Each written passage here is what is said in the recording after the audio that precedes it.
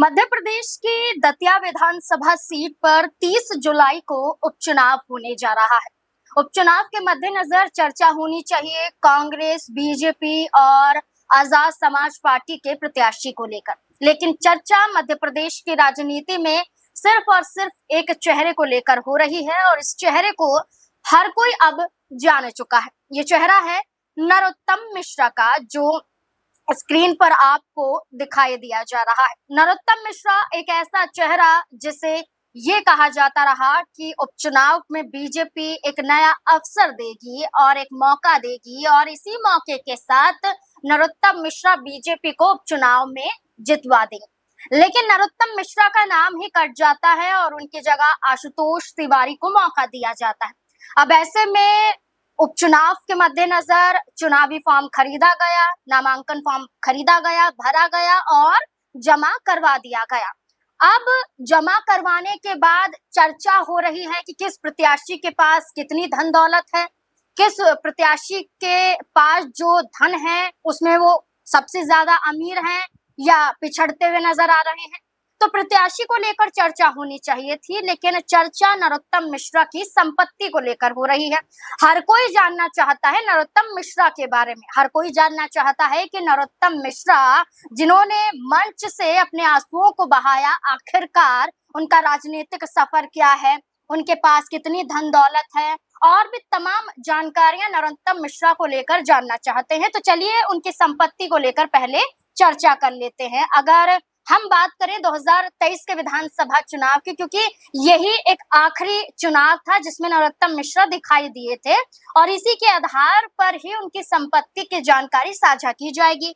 तो 2023 के चुनावी हलफनामे के मुताबिक अगर बात करें तो उनकी कुल जो चल अचल संपत्ति होती है वो 6 करोड़ 84 लाख रुपए दर्ज की गई थी। वहीं उनकी पत्नी की बात करें तो उनकी पत्नी के नाम 3 करोड़ रुपए से ज्यादा की चल और अचल संपत्ति दर्ज की गई। दोनों को अगर मिला लिया जाए तो कुल संपत्ति लगभग 10 करोड़ के आसपास पहुंच जाती है। इस बीच में नरोत्तम मिश्रा के अगर चुनावी हलफनामों के मुताबिक अगर हम और पीछे जाएं तो 2019-2020 में उनकी आय उस दौरान 13,89,615 रुपए थी।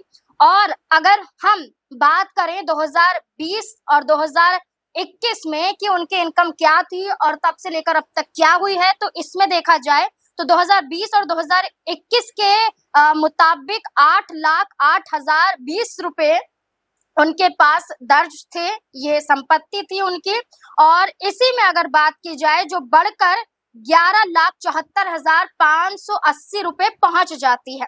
और अब अगर हम आखिर में बात करें तो 2020 से 2023 की, तो इसमें उनके पास 2,79,78,610 रुपए दर्ज किए गए, जबकि साल 2023 और 2024 की बात करें तो ये घटकर 16,25,490 रुपए रह जाती है।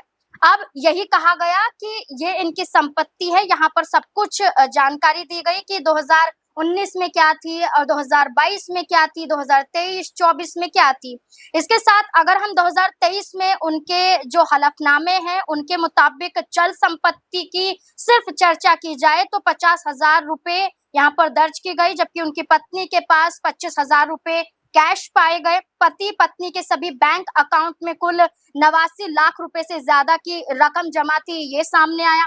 खास बात ये भी नजर आई कि दोनों के पास कोई भी दो पहिया या कार इस हलफनामे के मुताबिक दर्ज नहीं की गई। बीजेपी नेता ने अपने पास 21 तोला गोल्ड होने की भी जानकारी साझा की थी, जबकि उनकी पत्नी के पास 56 तोले से ज्यादा सोना चांदी के गहने मौजूद थे। मौजूदा सोने के रेट के हिसाब से इनकी वैल्यू करीब लगभग अगर हम बताएं तो 87 लाख रुपए के आसपास बताई गई। इसके अलावा नरोत्तम मिश्रा ने अपने पास 75,000 रुपए की कीमत वाली एक रिवॉल्वर होने की भी जानकारी यहाँ पर दी। ये चल संपत्ति में दर्ज की गई जानकारी है। इसके अलावा आपको बता दें कि यहाँ पर यह भी कहा गया है कि नरोत्तम मिश्रा ने अपने नाम पर 4 अलग अलग जगहों पर कुल 23 एकड़ की कृषि भूमि होने की जानकारी भी दी है। इसके अलावा गैर कृषि भूमि की भी जानकारी यहाँ पर दी गई है। तमाम तरीके से ये जानकारी दी गई है। 2700 वर्ग फीट एक घर दर्ज यहाँ पर उनके हलफनामे में है। इसके अलावा उनकी पत्नी गायत्री मिश्रा के नाम पर कोई कृषि भूमि दर्ज नहीं की गई है। और भी सारी जानकारी यहाँ पर दी जाती है। और इसी जानकारी के साथ साथ आपको बता दें, ये तो संपत्ति की थी। चुनाव की बात करें तो हर बार कहा जाता है कि सबसे पहला चुनाव उन्होंने 1990 में डबरा विधानसभा सीट से जीता।